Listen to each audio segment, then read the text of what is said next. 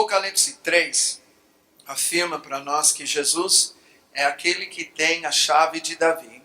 E a porta que ele abre, ninguém fecha. A porta que fecha, ninguém abre. E na verdade, é a mesma chave que é citada em Isaías 22, quando está falando sobre um homem chamado Eliaquim, que recebe do Senhor a chave de Davi. Nós vamos ver nesse momento, nessa noite, o que é a chave de Davi. E pelo menos a minha experiência, o meu entendimento, quero compartilhar. Pode haver outros, eu não estou dizendo que é a revelação, né, do século, não estou dizendo isso, mas há algo que eu venho a entender, até por causa da experiência em cima disso, para que confirme. O que era diferente nos tempos do rei Davi? O que era chave durante o seu reinado? O que era diferente de todos os outros dos tempos anteriores? O que começou no seu reinado, que deixou uma marca e deixou um legado para todos os reinados depois? Porque o rei Davi tornou-se o padrão para todos os reis. E alguns vão dizer aqui, é seu coração segundo o coração de Deus. E eu não vou discutir isso porque é um dos ingredientes pessoais na sua vida. Mas há algo que eu creio que Deus revela na sua palavra, que nos leva a entender o que é essa chave. E eu quero começar aqui em Amós 9. Amós é um contemporâneo de Isaías. Então, se nós podemos falar sobre Isaías 22, que diz, sobre os seus ombros colocarei a chave de Davi, e a porta que ele abre, ninguém fecha, a porta que ele fecha, ninguém abre. O profeta que profetiza no mesmo tempo, na mesma época que Isaías, é Amós. E há um versículo em Amós que eu creio que tem tudo a ver e você vai entender ao longo dessa mensagem. Amós 9, versículo 11, diz: naquele dia levantarei o tabernáculo caído de Davi, repararei as suas brechas, e levantando das suas ruínas, restaurá-lo-ei, como foram nos dias da antiguidade, para que possuam o restante de Edom e todas as nações que são chamadas pelo meu nome, diz o Senhor, que faz essas coisas. O tabernáculo caído de Davi. Nós precisamos entender historicamente a respeito dessa profecia, para entender a própria profecia. Nesse momento, Amós, muito possivelmente, escreveu isso durante o reinado, tá, de Acais, que foi o pai de Ezequias, rei Ezequias. Tá? E durante os tempos de Acais, o templo fechou. Isso significa que não estava havendo sacrifício pelo perdão dos pecados, e também não estava havendo a adoração 24 horas que tinha sido instituído pelo rei Davi, no tabernáculo de Davi. E nota aqui que Deus fala algo que me instiga. Eu quero saber por quê. Por que Deus deixou fora o tabernáculo de Moisés? Vamos entender rapidamente a história dos tabernáculos, porque nós entendendo esses dois tabernáculos, nós vamos entender a força e o propósito dessa profecia. Primeiro, quando Deus tirou o povo de Israel do Egito, ele pediu para fazer um tabernáculo, o que nós chamamos o tabernáculo de Moisés. E o que ele ensinou a respeito desse tabernáculo foi como Israel iria tratar com o pecado para poderem conviver com Deus Santo. Então, o principal em relação ao tabernáculo de Moisés é a questão do tratamento do pecado. É para isso que ele dá todo o sistema de sacrifícios, que ele ensina a respeito da confissão, a seriedade do pecado, que sem o derramamento de sangue não há remissão de pecados, e através do sacrifício de animais, que tem um valor para aquele que vai sacrificar, Deus está ensinando o povo que o pecado é algo sério e tem que ser redimido para poder conviver com ele que é santo. Ele não é como os deuses do Egito. Mas passa um tempo e Deus pede algo diferente nos dias de Davi. E eu queria que a gente visse isso, porque nesse momento a profecia não menciona o tabernáculo de Moisés. O que tinha acontecido é, mais tarde, quando chega nos dias de rei Davi, a gente vai repetir isso daqui a pouco, mas Deus pediu para o rei Davi, não foi uma ideia do Davi, nós vamos ver isso na palavra.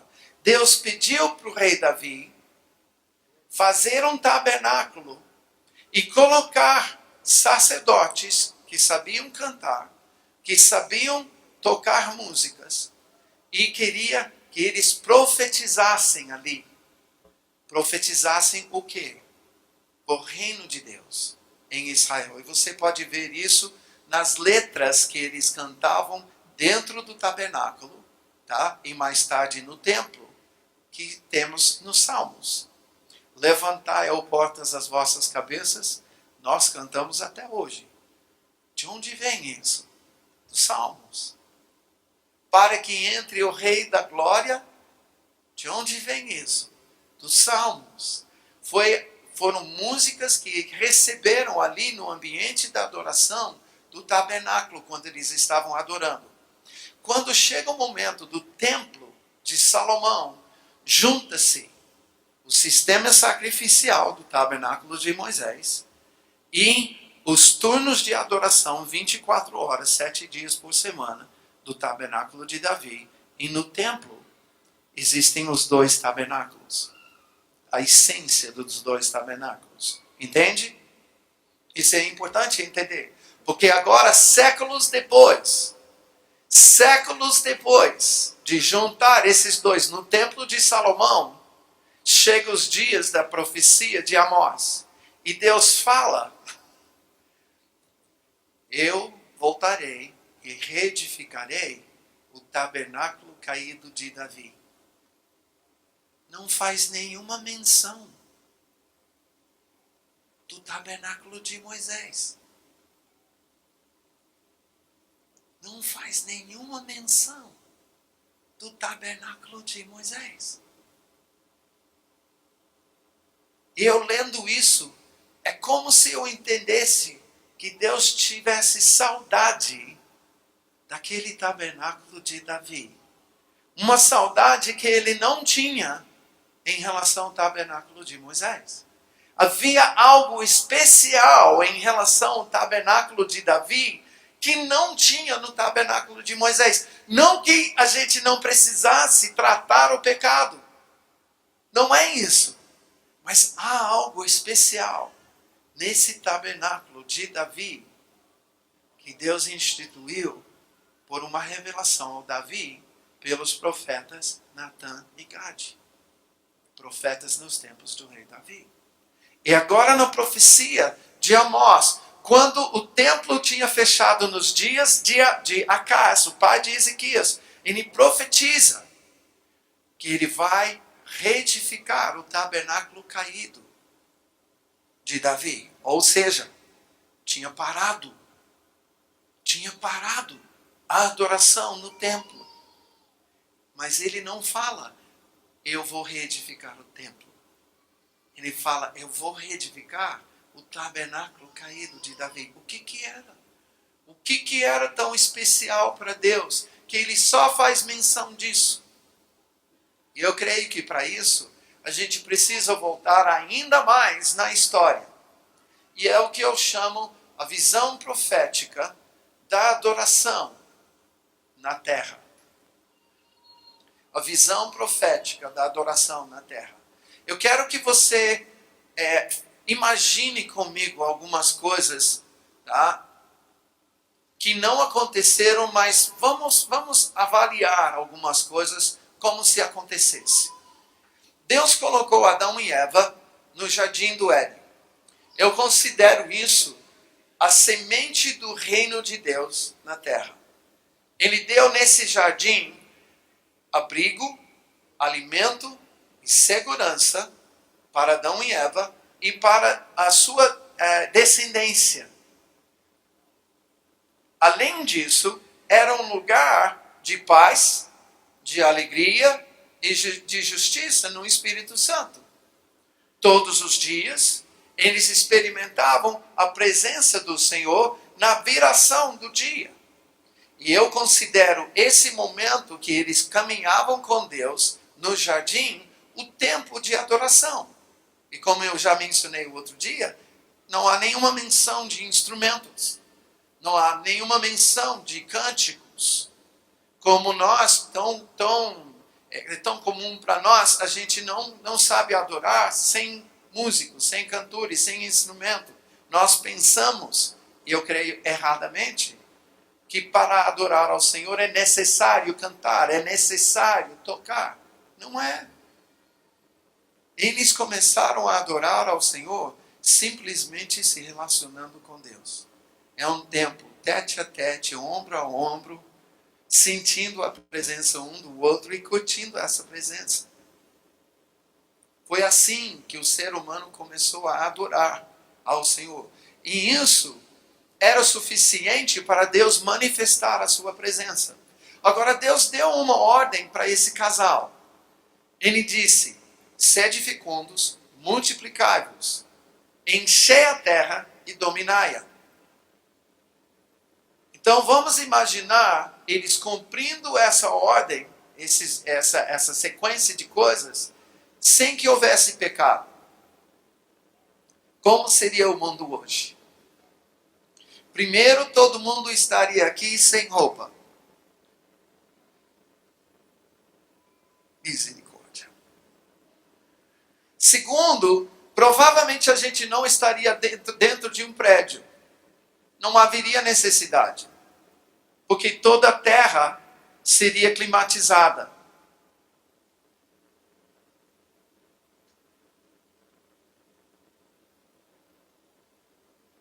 Nós não precisaríamos de ar-condicionado, de ventiladores. Além do mais, a gente não estaria pregando como estamos pregando agora, porque ao pregar agora nós estamos recuperando uma ciência e um conhecimento que ficou perdido por causa do pecado.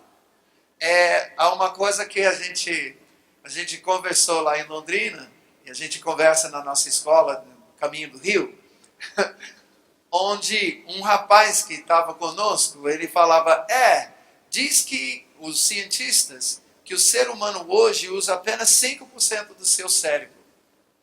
Eu considero que ele é um que usa 7%, tá? Porque ele pensa mais que os outros. Mas mesmo assim, a gente não usa o nosso cérebro, pelos cientistas, conforme a capacidade que nós temos. E isso, para mim, para nós, só aponta da grande obra que Deus fez quando Ele fez o ser humano.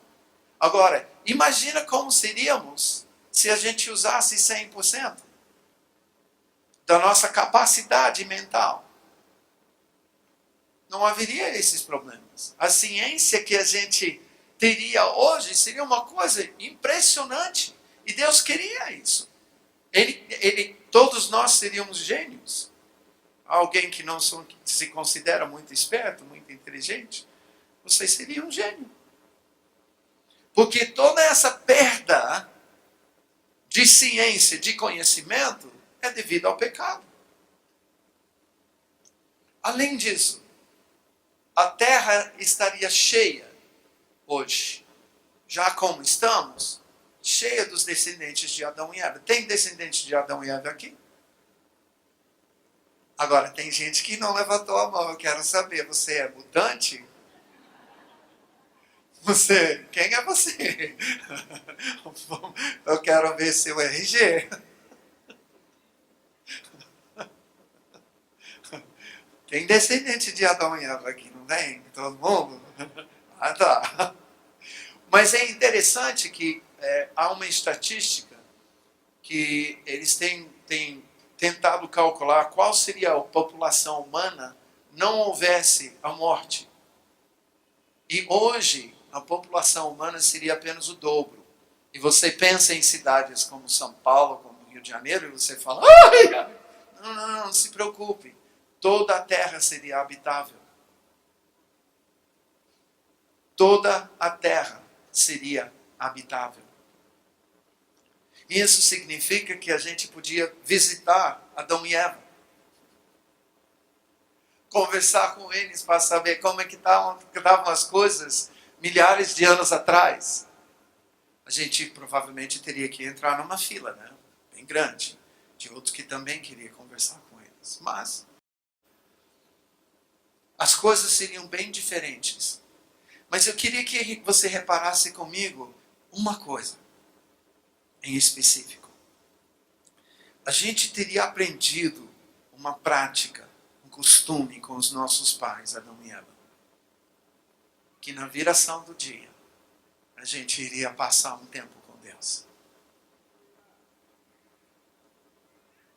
Todo final do dia, a gente passaria, sei lá, 1 hora, 2 horas, dependendo do encontro, porque eu não sei se você já reparou isso, mas se você entrar nessa dimensão de estar com Deus como pessoa, então você não dá para marcar a hora.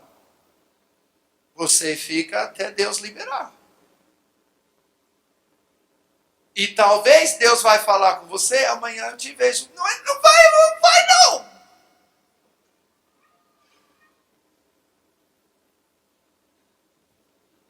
No final de cada dia, Adão e Eva tinham seu tempo com Deus. E como seus filhos e descendentes, nós iríamos aprender a fazer a mesma coisa. E à medida que nós fôssemos enchendo a terra, até chegar aos confins da terra, o que nós estaríamos fazendo? Todo final do dia. Adorando ao Senhor. E isso significa, tenta imaginar aqui em cima, o globo terrestre. Tenta visualizar aquele globo terrestre que você talvez tenha na sua casa, aquela bolinha, que você já conhece da escola. Tá? Em cada fuso horário, onde tem seres humanos habitando, do norte ao sul, à medida que vai avançando o dia, esses descendentes estariam adorando ao Senhor.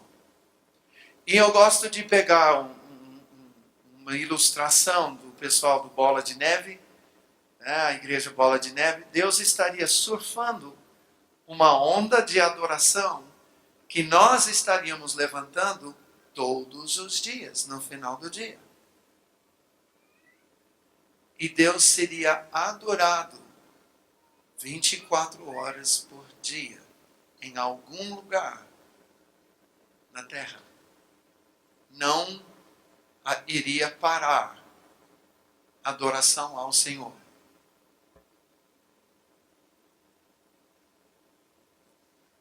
Assim, eu pego 2 princípios que rei Davi, quando ele instituiu os 24 horas, ele revela nos Salmos que ele aprendeu 2 princípios. Deus habita onde? Aonde? Meio os louvores do seu povo. E Deus é entronizado aonde? Onde? Meio os louvores do seu povo. Habitar fala de presença. Entronizar fala de governo. Eu queria que você reparasse aqui comigo. Que Deus fez o ser humano para ser seu cooperador em estabelecer e implantar o seu reino na terra. Por causa da adoração do ser humano, Deus vai manifestar a sua presença na terra. Onde tiver ser humano que adore ao Senhor todos os dias, Ele vai manifestar a sua presença, Ele vai habitar. E onde tem ser humano adorando ao Senhor, ele vai estabelecer o seu governo. Ele vai ser entronizado, ele vai se assentar no trono e vai governar sobre esse povo. O que é o reino de Deus? O reino de Deus não consiste em comida e bebida, e sim em paz, alegria e justiça no Espírito Santo. O ser humano foi escolhido por Deus para ser seu agente, para implantar o seu reino na terra. Mas de fato isso não aconteceu, né? Mas eu queria que você visse algo. Porque o ser humano não deixou de ser um agente para implantar um reino. O ser humano continua sendo um agente, porque por alguma razão misteriosa para mim, eu não entendo, confesso que eu não entendo, por que Deus deixou isso à nossa escolha. Mas a palavra nos disse que domínio na terra Ele deu a nós. Por causa da escolha do ser humano, a escolha de pecar, e a escolha de passar, uma vez que pecou, passar a adorar aquilo que era criado, ao invés de adorar o Criador, o ser humano começou a se tornar um adorador profano. Um adorador profano. E com isso, os mesmos princípios continuam. Qual é o problema? A própria palavra nos ensina que Deus chegou a um momento que se arrependeu de ter criado o ser humano, essa é a palavra que é usada, porque havia tanto pecado. E aí destruiu com o dilúvio, guardando uma família. Começou tudo de novo, mas mais uma vez o pecado se alastrou. Essa vez chegou a construir uma torre. Para que eles estavam fazendo essa torre? Qual era o alvo? Adorar. E quando Deus diz, viu, Ele diz, não. Se a gente falar com sociólogos hoje, nós vamos observar aqueles que têm estudado as migrações dos povos desse lugar da Torre de Babel até os 4 cantos da terra. Nós vamos descobrir que há 2 tipos de adoração. Primeiro, adoração aos ancestrais.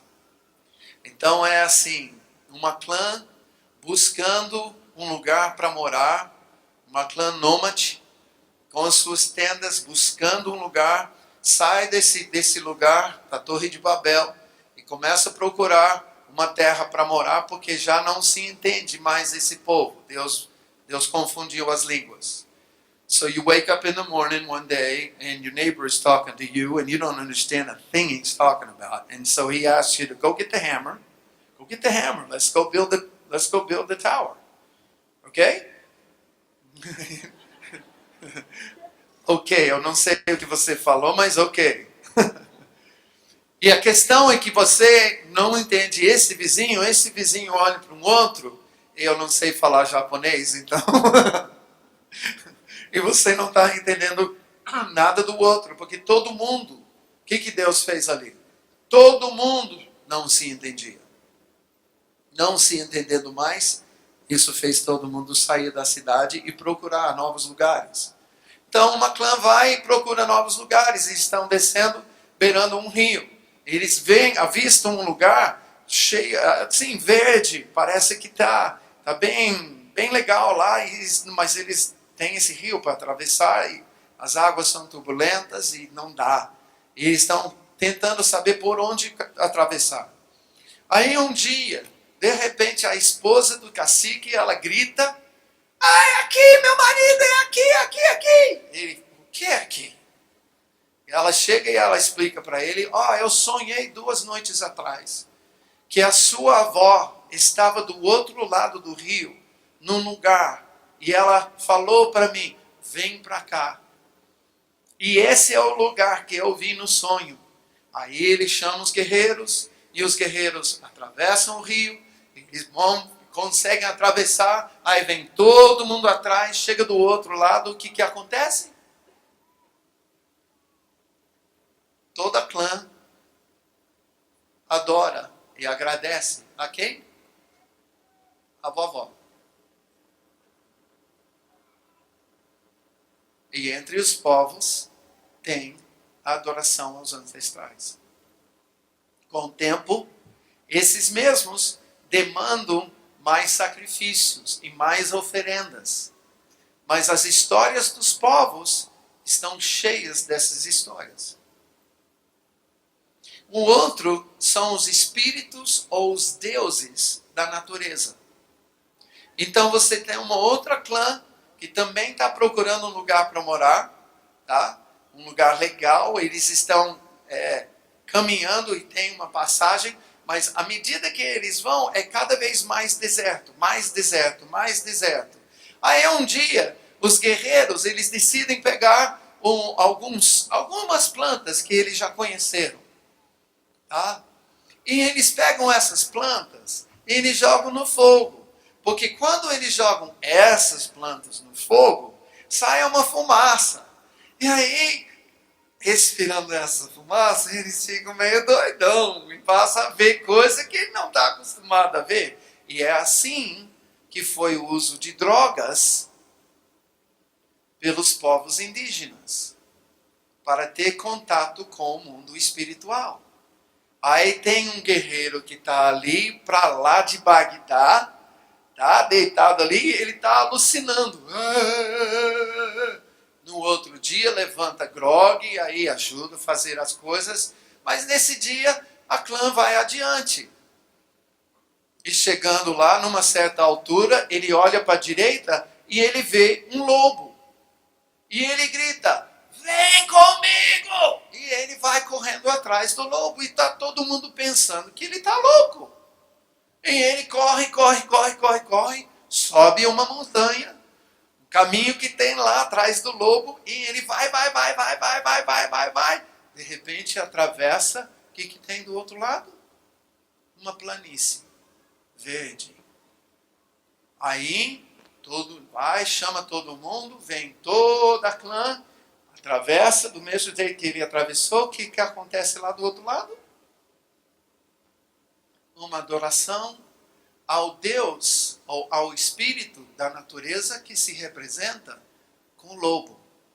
E a clã se torna a clã do lobo.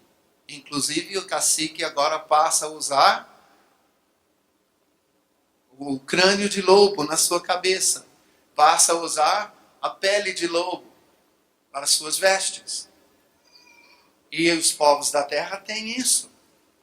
E com essas adorações, esses tipos de adoração, os povos começaram a marcar a terra com altares, e mais altares, e mais altares, mais pontos de adoração profana, e mais pontos de adoração profana, e mais pontos de adoração profana, e tenta visualizar agora de novo esse globo terrestre. E tenta marcar cada lugar na terra onde se levantou um altar, onde se fez sacrifícios e onde se adorou a outros que não são deuses. E é assim que o ser humano deu direito aos principados e potestades, o direito de habitar e de governar. Porque o diabo não pode seguir outros princípios senão os mesmos princípios que o Senhor estabeleceu. O ser humano continuou a ser agente para estabelecer um governo pela sua adoração. Eu estou contando isso de propósito aqui. Porque nós, como filhos de Deus, precisamos entender a razão pela qual Deus quer restaurar a nossa função de adorador. E não é para amanhã e não é para o céu. É para aqui e é para agora.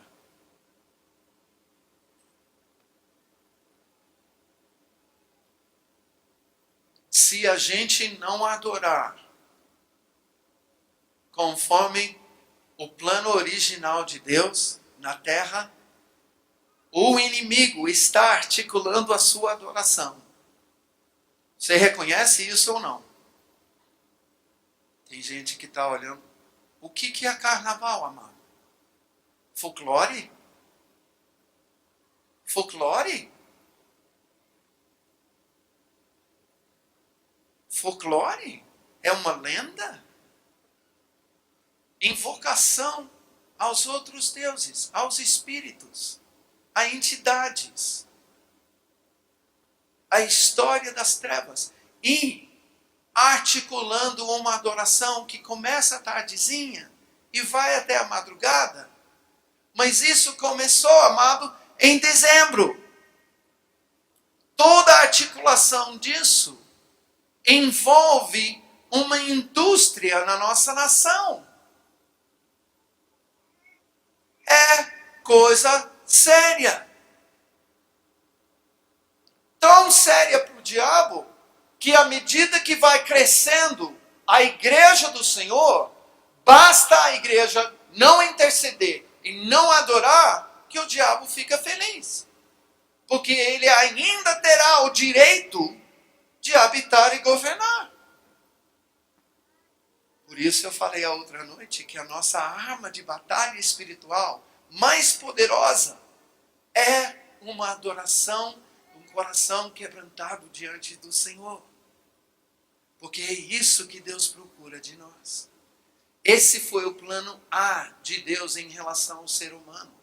De sermos adoradores. E através da nossa adoração, Deus iria estabelecer o seu reino e revelar e manifestar a sua presença. Por isso é tão importante a nossa adoração. Os cultos são para isso. O nosso tempo de cultuar ao Senhor, não diante de Deus, não visa apenas massagear a nossa alma. É o tempo da gente assumir quem nós somos e para que nós fomos redimidos. A nossa redenção é para devolver a nós a função de adorador diante do Senhor. E Deus começa a revelar isso aonde? Ele pega um homem chamado Abraão e promete: eu vou fazer de ti uma nação, e essa nação vai abençoar todas as famílias da terra. E essa nação se torna a nação de Israel. Sabe o que significa Israel? Príncipe de Deus, ou aquele que governa para Deus. E sabe que Deus começou a ensinar Israel, primeiro, tratar o pecado. E dentro disso, 3 festas ao ano que ele queria adorar. O chamado de Deus para Israel foi o quê? Deixa meu povo ir para me adorar. A redenção do ser humano começa, a humanidade começa em Abraão e continua por uma nação que Deus fez, ele fala pelos profetas, para a sua honra, para a sua glória, para o seu louvor. Israel foi escolhido para ser uma nação que adorasse ao Senhor perante todas as nações, e por causa da sua adoração, Deus iria mostrar o que ele iria fazer, estabelecendo o seu reino, manifestando a sua presença nessa nação. E eu te digo, Brasil, tu és escolhido da mesma forma. Brasil, tu és escolhido da mesma forma. Para ser uma nação adoradora, igual Israel.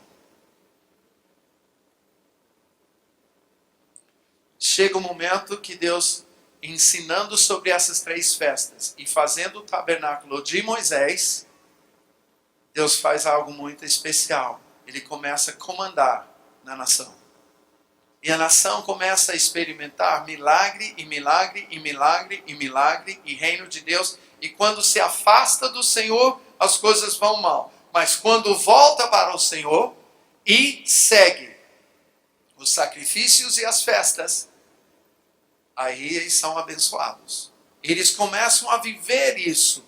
Isso é testemunhado. Isso é guardado, preservado para a gente ler. Há um testemunho de Deus que nós podemos ler. Está logrado num livro chamado a Bíblia. Deus preservou essa história para a gente saber isso é verdade. Chega uma certa altura onde Saul, infelizmente, ele começou a desagradar a Deus. E ele mandou fazer algo em relação ao tabernáculo de Moisés que foi horrível. Ele pegou a arca da aliança, que Deus mandou deixar no Santo dos Santos. E nesse lugar, uma vez por ano só, uma vez por ano, o sumo sacerdote entrava rastejando e a sua perna tinha uma corda amarrada, porque se ele entrasse no Santo dos Santos, diante do Senhor, diante da arca da aliança, com pecado próprio, ele morria. E ninguém podia entrar lá para puxar. A corda estava lá, porque ele rastejando a corda ficava do lado de fora. Puxava o defunto para fora pela corda. E ele entrava, tendo tratado primeiro o seu pecado, ele entrava para pedir perdão pelo pecado da nação. Uma vez por ano. Pois estava tão mal. E Deus simplesmente, olha só, para Deus fazer isso, ele fez o que está em Romanos 1. Ele entregou o homem aos seus desejos. Você quer fazer isso? Então, tá bom. Só que quando Deus faz isso, é igual qualquer pai, qualquer mãe, que quando chega a isso, o pai diz, eu não tenho escolha, você vai ter que aprender batendo a sua própria cabeça na parede. Você vai ter que entender e aprender com os seus próprios erros. Você não me escuta mais. E ele mandou soldados entrar lá. Eles entraram, pegaram a Arca da Aliança e eles levaram a Arca da Aliança como amuleto para a guerra. O que aconteceu? Perderam. Os filisteus pegaram a arca e, se nós entendemos que a arca era o lugar que Deus disse, eu estou onde está a arca, então Deus pegou uma carona com os filisteus porque ele não queria mais ficar em Israel. A arca sair de Israel significa que Deus saiu de Israel.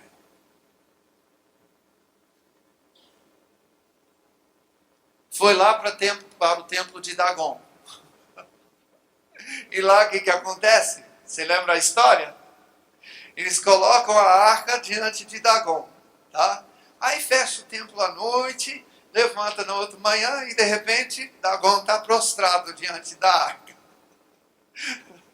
Ah, mas eles não entenderam. Levantaram Dagon, ficou assim durante o dia, fecharam o templo de novo à noite e vieram no outro dia. Ele estava prostrado de novo, só que essa vez perdeu a cabeça.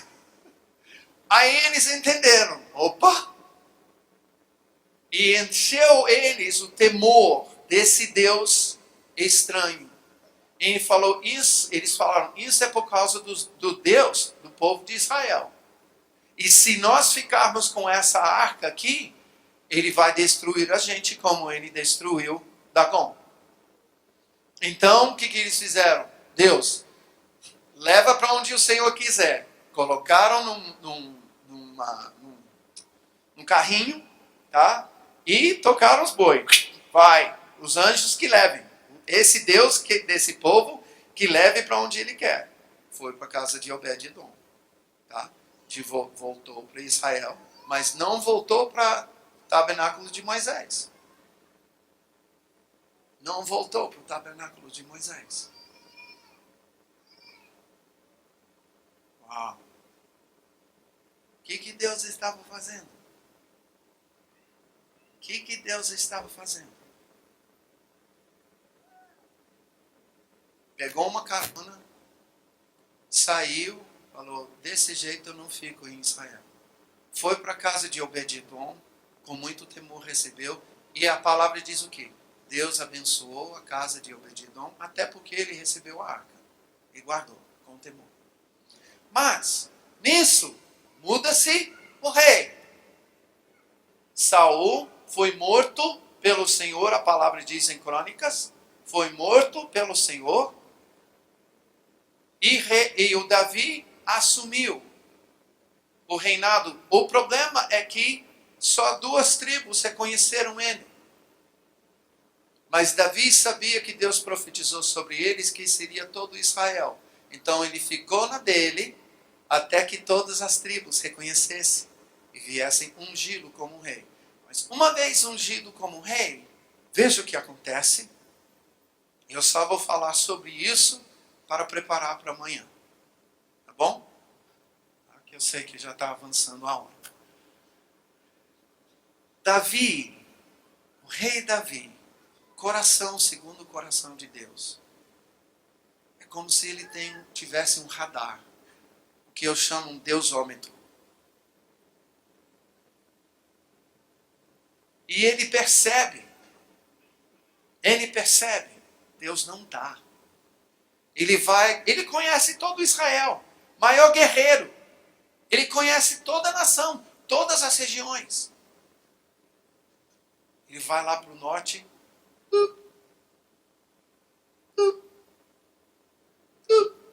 Nada. Para o sul.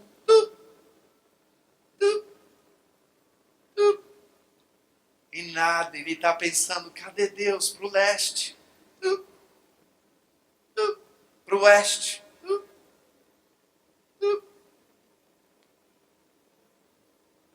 Ele começa a clamar, Deus, para eu reinar, eu sei que eu não posso. Eu sei que eu não consigo.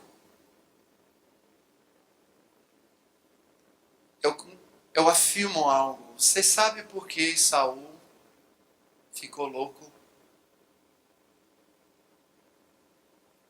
Há alguém que gostaria de ser o governante, o prefeito da sua cidade? Alguém aqui?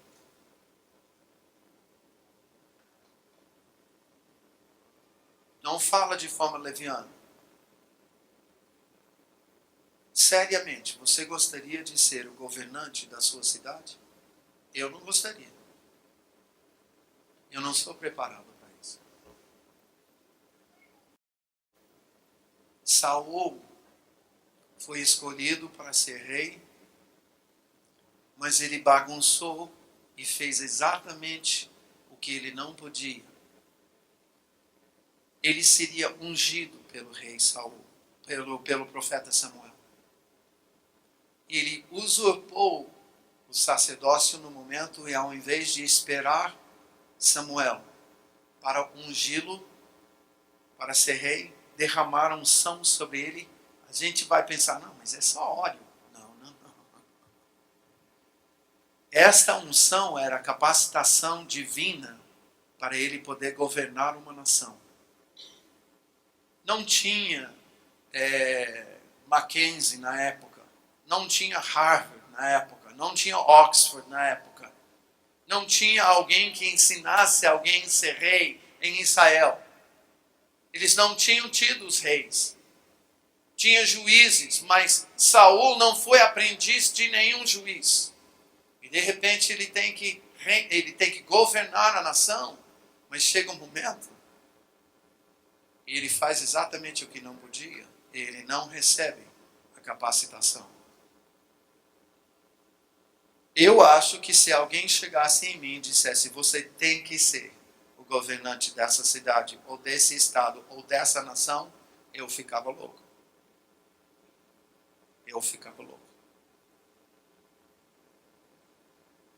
É uma responsabilidade muito grande. E Davi observou tudo isso. Como Saul levou a nação à ruína. E Davi tem um coração segundo o coração de Deus, cheio do temor de Deus. E ele está, Deus, eu tenho que ter o Senhor comigo. Cadê? E ele está procurando o quê? O que ele está procurando? A presença de Deus. A arca. Primeira coisa que ele faz. A primeira coisa que ele faz. Quando ele descobre onde está, e vai lá. Casa de Obed-edom. Que felicidade. Deus me mostrou, Deus é comigo, eu achei a arca. Ele queria a arca? Ele queria aquela madeira? Era isso que ele queria? O ouro que cobria? Ele queria os serafins que estavam em cima? Não. A arca era a representação na terra do trono de Deus. Um outro título para essa arca é o assento da misericórdia. E era a representação do trono de Deus na terra. Por isso ficava no Santo dos Santos. Rei Davi sabia muito bem, ele entendia profeticamente muito bem o que ele estava fazendo quando lhe pediu para trazer a arca para Jerusalém. Mas eu queria que você visse algo.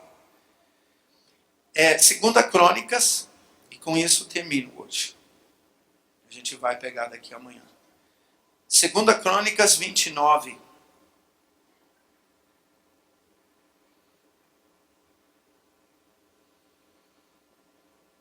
Versículo 25. É os dias de Ezequias. Os dias que a palavra de Isaías 22 se cumpriu. Sobre os ombros de Eliaquim, Deus colocou a chave de Davi. E Eliaquim seria a pessoa para fazer exatamente o que está escrito aqui. Também estabeleceu os levitas na casa do Senhor com símbolos, alaúdes e harpas, segundo o mandado de Davi e de Gade, o vidente do rei, e do profeta Natã. Veja o que diz em seguida. Porque este mandado veio do Senhor por intermédio dos seus profetas. Eu queria que você percebesse algo muito importante aqui. Deus visitou 2 profetas, Natã e Gade, que Davi conhecia, nesse momento. E ele disse, agora você vai pegar essa arca e você vai levar para Jerusalém. Por que era necessário uma revelação? Por que era necessário uma testificação de 3? O rei Davi, Natã e Gade. Porque o lugar da arca era o tabernáculo de Moisés, que estava no norte, não estava em Jerusalém. Estava numa outra cidade no norte de Israel. E devolvendo para o lugar de onde saiu, teria que voltar. Mas Deus disse, não, agora nós vamos fazer algo diferente. Hoje, apenas eu queria que a gente terminasse vendo uma coisa. Quando o rei Davi pegou essa arca, ele simplesmente pegou a primeira vez, botou num carro com bois e mandou trazer de volta. E Deus tinha dito, não deixa ninguém tocar. Não foi? Deus tinha dado a ordem, não deixa ninguém tocar a arca. É por isso que tinha 2 varas e argolas laterais na arca, para que nenhum ser humano chegasse e tocasse na arca, porque representava a presença de Deus e ele é santo, intocável. Quem toca nele morre. E um homem, quando balançou um pouquinho o carrinho que os bois estavam trazendo, balançou um pouco, um homem, para não deixar cair, botou a mão, usar. E o que aconteceu? Morreu. A palavra diz que Davi voltou para a casa de Obed-edom.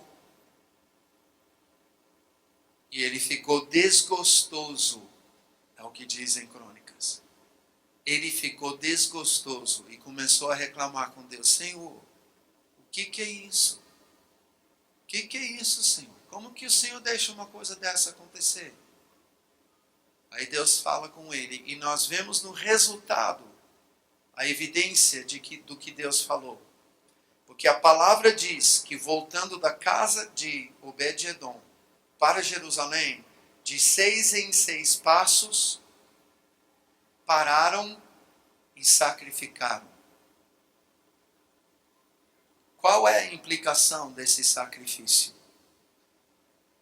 Sem derramamento não há remissão de pecados. Sem derramamento não há. Qual foi a razão pela qual Deus tinha saído do tabernáculo de Moisés?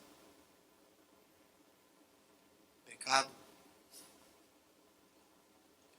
Ou seja, Deus estava ensinando ao rei Davi: Davi, eu não vou manifestar minha presença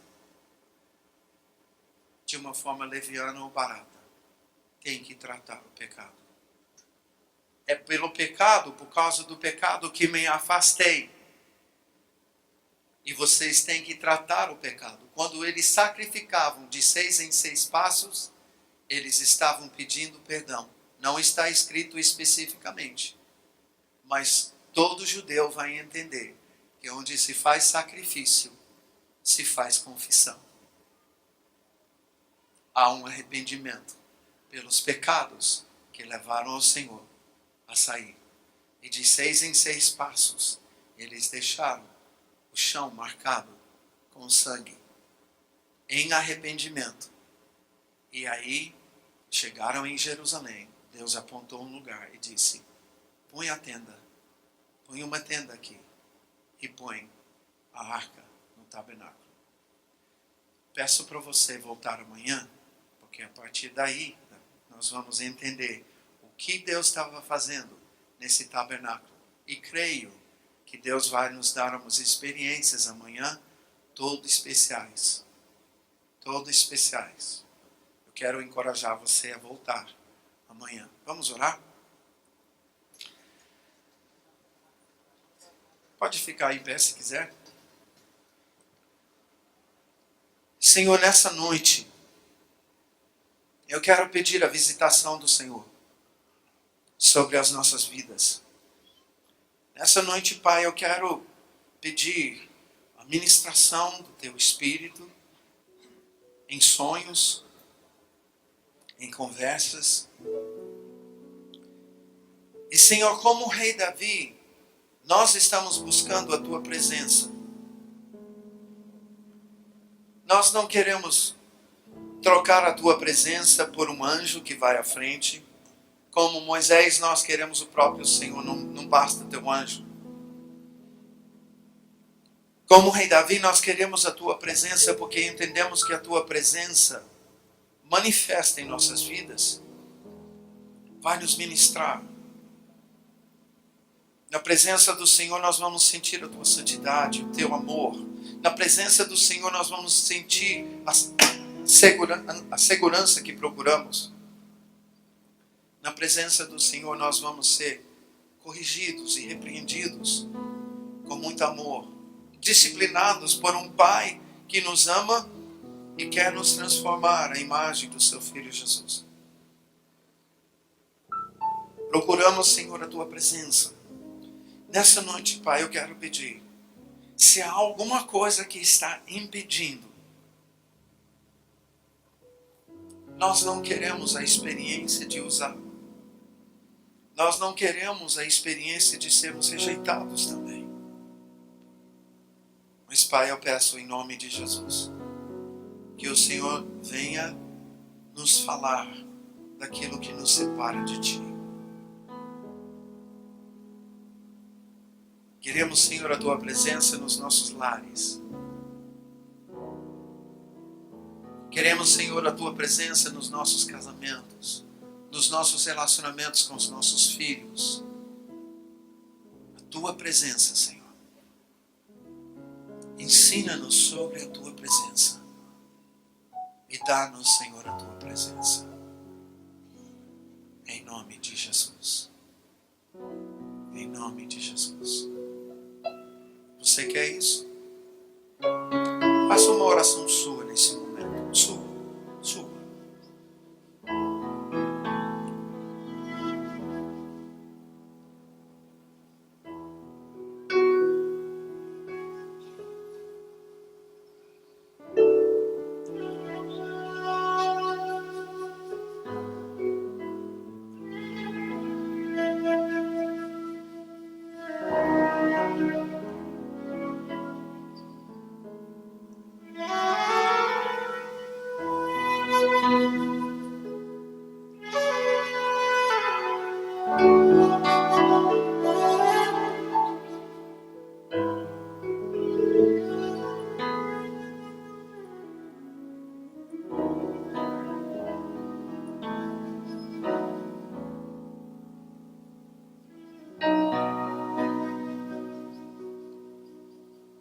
Pai, eu entreguei a palavra que o Senhor colocou no meu coração.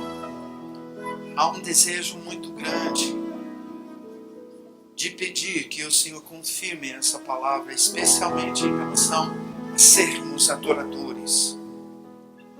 E restaurar a nossa adoração para que venha o teu reino sobre a terra.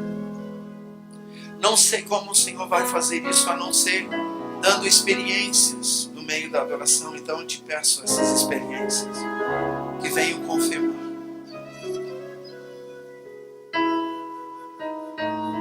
Pai, conhecemos a tua palavra, mas eu estou pedindo algo além do conhecimento intelectual da tua palavra. Eu estou te pedindo, Senhor, a experiência daquilo que está escrito na tua palavra, para que passe a ser um testemunho em nossas vidas da verdade que está na tua palavra. Abençoa, Senhor, os meus irmãos. Abençoa, Pai. Abençoa, Pai. Abençoa o seu Espírito com a paz, com a alegria, com a justiça do teu Espírito. Nos abençoa, Pai. Nos abençoa, nos abençoa.